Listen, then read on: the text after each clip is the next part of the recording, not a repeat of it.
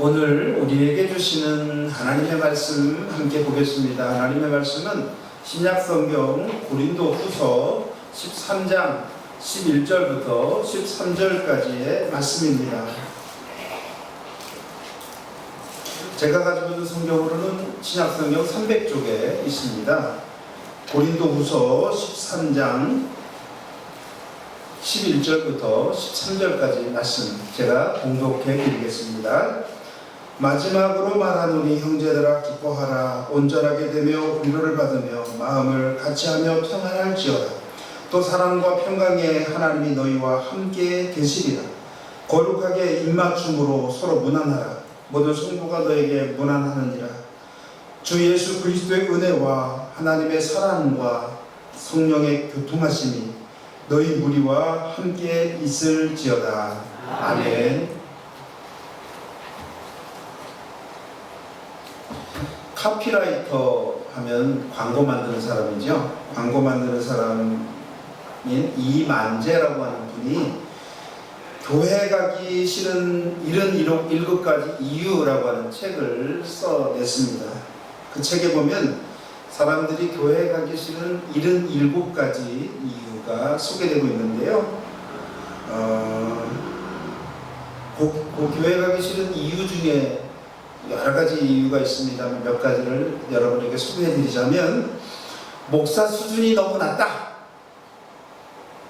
꼴 보기 싫은 사람이 많다, 분파도 분쟁도 많다, 이기적이다, 그래서 양보를 할 줄 모른다, 교회에서 진짜 신앙인을 보지 못했다, 이런 것들을 등등 제시하고 있습니다. 이외에도 많이 있지만 주로 교인들 사이에서, 교인들 안에서 일어나는 일들에 대해서만 몇 가지 소개해 드렸는데요. 이 내용들을 요약해 보면, 이 땅에서 천국의 삶을 미리 맛보게 해야 하는 교회조차도 천국의 모습은커녕 세상 사람들과 별반 다름이 없는 그런 삶을 살아가고 있더라 하는 것입니다. 그래서 교회 가기 싫다, 그런 말입니다. 예수님은 좋지만 교회는 싫다라고 하는 말도 합니다. 제가 봐도 교회가 너무한 것이 많고, 목사도 교인들도 참 마음에 안 드는 부분들이 참 많이 있는 것을 보게 됩니다. 참 마음 아프게 만드는 일들이 많이 있습니다. 그래서 목사도 교인들도, 저희 목사인 제가 먼저 그런 일들이 없도록 스스로 돌아보고 주의하고 고치고 개선해 나가야 할 터인데, 어쨌든 또 교인들이 볼 때, 저를 볼 때 그런 모습들이 왜 없겠습니까? 그런데 교회가, 교인들이 이래도 되나 하는 생각을 떨쳐버릴 수 없는 그런 일들이 참 많이 보여지더라 하는 그런 말입니다. 여러분들도 그런 생각 해보신 적 있으시죠? 과연 그러한 교회에 희망은 있는지 묻게 됩니다. 서로 미워하고 서로 시기하고 서로 다툽니다. 때로는 편을 가르고 나와 다른 편에 선 사람들은 따돌리기도 합니다. 예배 드릴 때는 은혜를 받는가 싶더니 예배가 끝나면 언제 그랬냐는 듯 전혀 새로운 모습으로 살아갑니다. 자기만 최고라며 다른 사람들을 무시합니다. 또 그런 사람들을 바라보자니 배알이 틀어지고 마음이 불편합니다. 누구 얘기냐고요? 오늘 우리가 읽은 고린도 교회의 성도들의 이야기입니다. 누구보다도 믿음이 좋았던 고린도 교회 성도들, 그 사람들의 이야기입니다. 누구보다도 성령의 은사가 충만하였던 고린도 교회 성도들의 이야기입니다. 누구보다도 믿음도 좋았고 누구보다도 성령이 충만해서 각종 은사를 가졌던 그런 성도들이었지만, 그들 서로의 사이에는 불신과 미움과 질투가 가득했습니다. 그래서 사도 바울은 그들에게 말합니다. 믿음과 소망과 사랑 그 중에 제일은 사랑이라. 당신들이 남을 위해서 몸을 내어줄 만한, 불사를 만한 그런 희생을 할지라도 당신들 안에 사랑이 없으면 그것은 아무것도 아니다. 아무리 큰 기적을 행하고 아무리 놀라운 업적들을 남긴다고 할지라도 사랑이 없이 행한다면 그것은 아무것도 아니다 라고 말했던 이유는 바로 그 고린도 교회 성도들의 그런 모습을 보면서 그렇게 말했던 것입니다. 여러분, 과연 이런 사람들에게도 천국의 희망은 있는 것일까요? 오히려 사람들에겐 희망이 없음을 선언하고 사람들과 같이 무언가를 하려고 하는 삶이 아니라 혼자만의 영성, 혼자만의 믿음을 지키는 그런 삶을 살아가야 하는 것은 아닐까요? 예수는 좋지만 교회는 싫다고 말하는 사람들의 심정을 이해할 수 있습니다. 저도 가끔 교회 가기 싫었을 때가 있거든요. 여러분들도 다 그런 마음 들었을 것입니다. 그래서 교회에는요, 기둥도 있어야 한답니다. 불편한 사람들이 그 뒤에서 쉬고 쉴 장소로 그런 기둥이 필요하다고 하는 것이죠. 그런 불편함이 우리 누구에게나 언제나 생겨날 수 있는 것이 사람들의 삶의 모습이기 때문에 그럴 겁니다. 여러분, 사실 이런 이유 때문에 많은 사람들은 산속으로 들어갔습니다. 세상에서 믿음의 삶을 살아가는 것은 너무도 힘들기 때문입니다. 사람들과 함께 신앙의 삶을 살아간다고 하는 것은 너무나 절망적이기 때문입니다. 저렇게 미운 사람이 있는데 어떻게 교회를 가? 교회가 꼴보기 싫은데 어떻게 교회를 가? 도대체 사람을 알 수가 없습니다. 사람을 믿을 수가 없습니다. 그러니 그런 사람들과 무슨 일을 같이 할 수 있고 신앙을 형제요 자매의 삶을 살아갈 수 있다는 말입니까? 그런 사람들에게서 어떻게 천국을 볼 수 있다는 말입니까? 그리고 그런 사람들과 어떻게 천국에 같이 갈 수 있다는 말입니까? 여러분, 천국에 가더라도 좀 좋은 사람들과 같이 가고 싶고 친한 사람들과 같이 가고 싶고 그런 것 아닙니까? 그러나 여러분, 주님은 우리더러 산속으로 들어가라고 하지 않습니다. 오히려 세상 속으로 나아가라고 말씀하시죠. 산속에서 혼자서 하나님의 나라를 이루어가라고 하시지 않습니다. 함께 하라고 하십니다. 그래서 주님도 제자들을 불러 모은 것 아닙니까? 그 연약한 이들을, 그 배신자들을 말입니다. 왜 그러셨을까요? 그들에게서 주님은 희망을 보셨기 때문입니다. 비록 인간적으로는 약하고 인간적으로는 믿을 수 없고 많은 문제점들을 가지고 있었지만 그럼에도 그 제자들에게 희망이 있었다라고 하는 것입니다. 아니, 그들에게 희망이 있었던 것이 아니라 주님은 하나님에 대한 희망을 품고 있었습니다. 그렇게 배반하고 연약하고 믿을 수 없는 그런 존재들일지라도 하나님만 그들과 함께 하신다면, 그들이 하나님과 함께하는 삶을 살아간다면 그들에게도 여전히 희망이 있고 그들과 함께 하나님 나라를 만들어갈 수 있다고 하는 그런 믿음을 가지고 계셨더라고 하는 것입니다. 하나님이 함께 하신다면, 그들이 하나님과 함께 한다면 그들에게는 희망이 있습니다. 하나님이 우리들과 함께 하시고 우리가 하나님과 함께하는 삶을 살아간다면 여전히 우리에게도 희망이 있다고 하는 그런 말입니다. 이것이 바로 주님이 제자들에게서 희망을 본 이유였더라는 것입니다. 그리고 어느 정도는 주님이 기대했던 대로 되었습니다. 주님이 승천하신 후에 제자들은 함께 모였습니다. 그리고 함께 기도했습니다. 그러다 성령을 받습니다. 이제 그들은 하나님의 영이 함께하는 사람들이 되었습니다. 하나님이 함께하는 사람들이 된 것입니다. 그리고 그들의 삶은 변하기 시작합니다. 이전과는 전혀 다른 사람들로 바뀌었습니다. 아직도 인간적으로는 부족한 점이 많이 있었지만 그럼에도 여전히 그들은 하나님이 함께하는 사람으로 희망을 가질 수 있는 존재로 바뀌어졌다라고 하는 그런 말입니다. 그리고 나서야 흩어져서 세상으로 나가게 됩니다. 자기들이 받은 은혜를, 자기들이 받은 사랑을 세상에 증거하러 흩어지기 시작했던 것입니다. 여러분, 흩어졌을 때, 혼자 있을 때 은혜를 받은 것이 아닙니다. 함께 있을 때 은혜를 받았습니다. 그리고 받은 은혜에 대한 사명을 감당하기 위해서 비로소 흩어졌더라고 하는 말입니다. 여러분, 제자들이 자신들의 문제를 다 해결하고 모였던 것은 결코 아니었습니다. 문제가 있으면 문제가 있는 대로, 연약하면 연약한 대로 그대로 주님에게 함께 모였더라고 하는 것입니다. 그들에게는 많은 문제들이 있었지만 하나님 주신 은혜를 통해서 그 문제들을 넘어서기 시작했더라고 하는 것입니다. 성령의 능력이 임한 후에도 여전히 교회 안에는 여러 가지 문제점들이 있었습니다. 여러분, 성령이 임하시면 모든 문제가 사라지는 것이 아니라 성령이 임하셔도 여전히 문제는 남아있지만 성령의 은혜 가운데 문제를 하나하나 해결해 나가게 된다고 하는 사실을 우리는 기억하고 살아가야 한다고 하는 것입니다. 많은 문제점들이 있었습니다. 그럼에도 그들은 하나님이 함께하는 사람들이었고 하나님과 함께하는 사람들이었기에 그들에게는 희망이 있었다라고 하는 것입니다. 그러니 여러분, 흩어지기 전에 먼저 모여야 합니다. 홀로 하기 전에 함께 해야 합니다. 함께 하기에는 분명히 많은 문제점들이 있습니다. 그래도 함께 모일 때 함께 모이는 곳에 주님의 은혜와 주님의 능력이 주어진다고 하는 것입니다. 함께 할 때 그곳에서 인간적인 약점과 장벽을 넘어설 수 있는 가능성이 나타나기 시작한다고 하는 그런 말입니다. 왜냐하면 하나님이 그곳에 함께 하시기 때문입니다.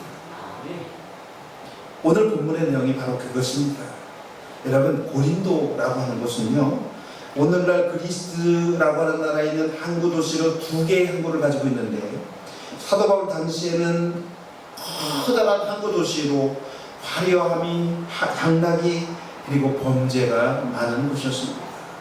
여러분, 항구 도시라고 하는 곳은요, 새로운 각종 문화가 들어오는 곳이잖아요. 문화를 받아들이는 곳이잖아요. 그리고 돈이 도는 곳이잖아요. 그러니까 잘 살고 다른 지역보다, 그리고 사람들이 북적거리고, 그리고 이 항구라고 하는 곳은 특별히 우상과 그런 향락의 문화들이 판을 치는 그런 곳이었습니다. 여러분, 바닷가에 가보십시오. 바닷가 사람들은요, 참 우상 많이 섬깁니다. 그런 그 풍어제나 이런 것들도 많이 하고요. 그래서 여러 가지 그런 섬기는 그런 일들이 많은데, 우상들을 많이 섬기는데, 바로 이곳이 그런 곳이었다라고 하는 겁니다. 학자들은 이러한 고린도라고 하는 곳에 교회가 세워진 것 그 자체가 기적이라고 말합니다. 그래서 어떤 학자는 말하기를 고린도 교회와 고린도 흑신을 가리켜서 도덕적 시궁창에 피어난 꽃, 도덕적 시궁창에 꽃이 피어났다라고 하는 겁니다. 고린도 교회가 도덕적 시궁창인 고린도에 피어난 꽃과 같다, 그런 말이죠. 그러나 여러분, 꽃이라고 말하기에는 고린도 교회에는요, 너무나 많은 문제점들이 있었습니다.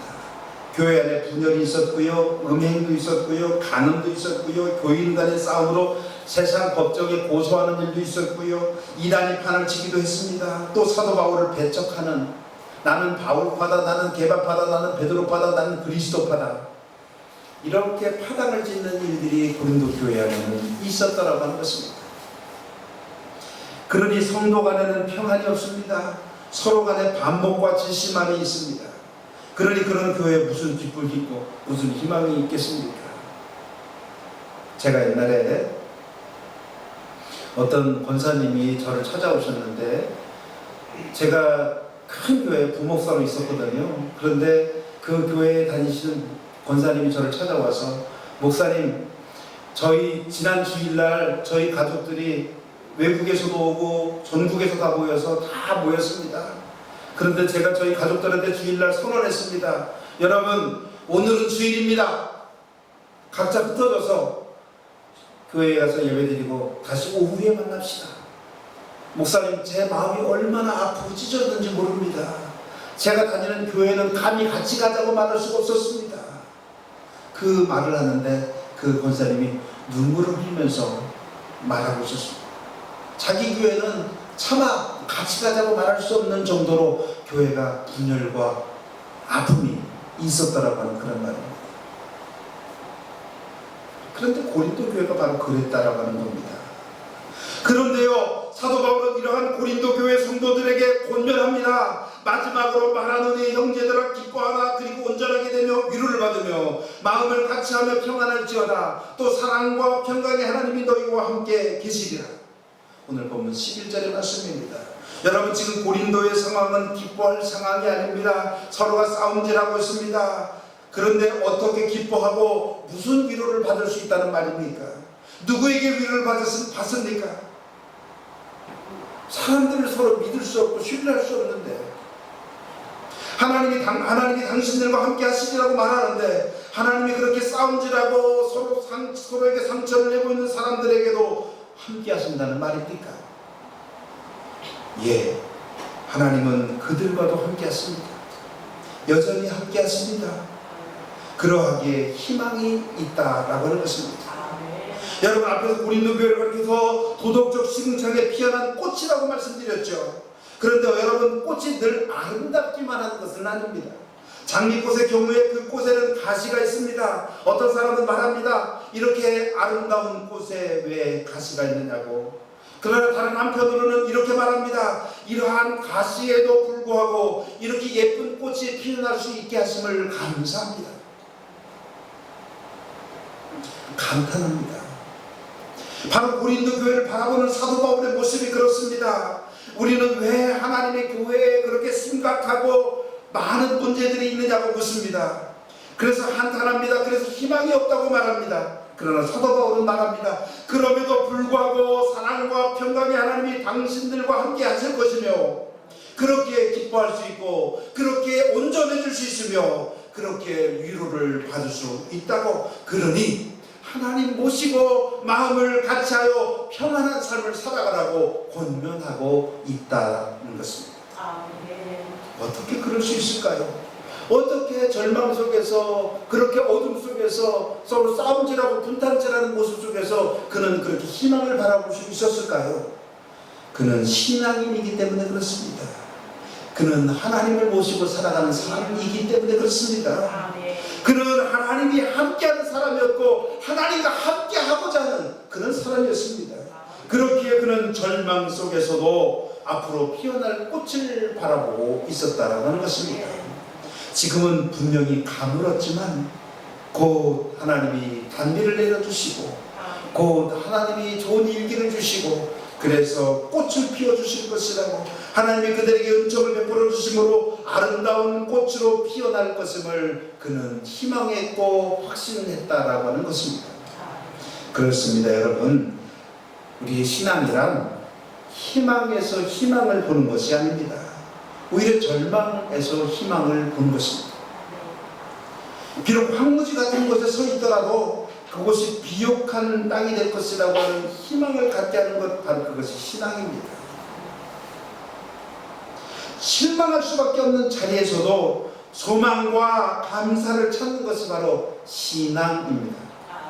하나님이 계시기에, 하나님이 나를, 우리를 도우시기에 우리는 희망을 가질 수 있다라고 하는 것입니다.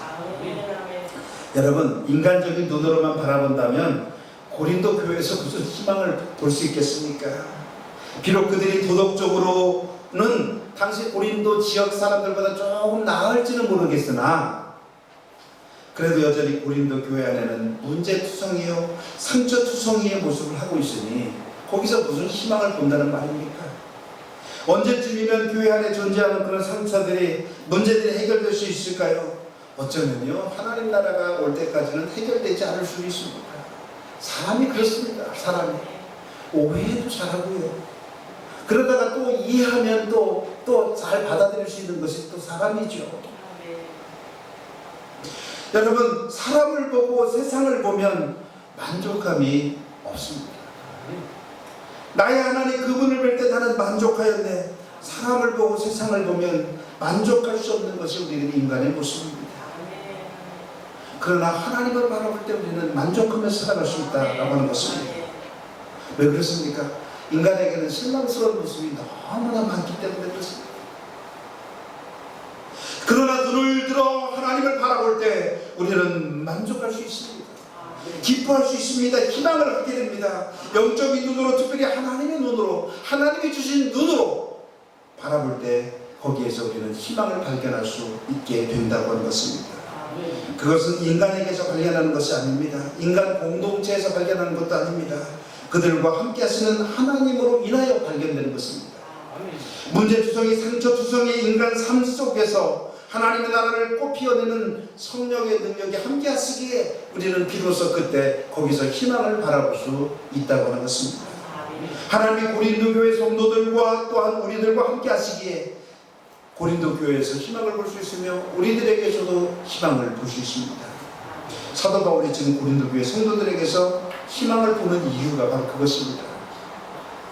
제가 좋아하는 말씀 가운데 왕고는 진펄에서 난다라고 하는 그런 말씀이 있습니다. 욥기 8장 11절의 말씀이죠. 진펄이란 여러분 더러운 곳입니다. 더러운 진펄에서 과연 무엇이 자라날 수 있습니까? 그런데 그곳에서 왕골이 자라난다는 겁니다. 왕골이라고 하는 것이 오늘날 사람들은 잘 모르겠지만 이 왕골은 옛날에 종이 대신 썼던 파피루스라고 하는 것을 만드는 것이었습니다. 여러분 종이가 없을 때는 파피루스가 굉장히 중요한 것이었습니다. 모든 기록과 모든 것들은 파피루스에다 기록했지 않습니까?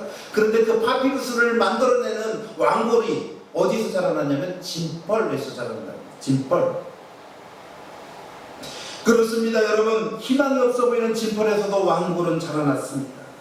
희망이 없어 보이는 인간의 삶과 인간의 공동체 가운데서도 하나님의 나라가 꽃 피워지게 됩니다. 거기에 하나님이 함께 하시기 때문입니다. 하나님의 능력이 그들 가운데 임하시기 때문에 그렇습니다. 사랑하는 성도 여러분, 여러분은 절망 가운데서 절망만을 보고 살아가고 있습니까? 아니면 희망 가운데서 희망을 바라보고 있습니까? 그렇다면 그것은 하나님 없이 살아가는 사람의 모습입니다. 여러분 하나님 없이 살아가는 사람들도요 절망 속에서 절망을 보고 희망 속에서는 희망을 바라보고 살아가지 않습니까?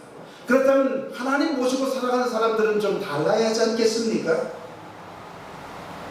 하나님 안에서 살아가는 사람, 하나님을 향한 믿음을 가지고 살아가는 사람들은 좀 달라야 하지 않겠습니까? 절망 가운데서도 희망을 바라볼 수 있어야 합니다.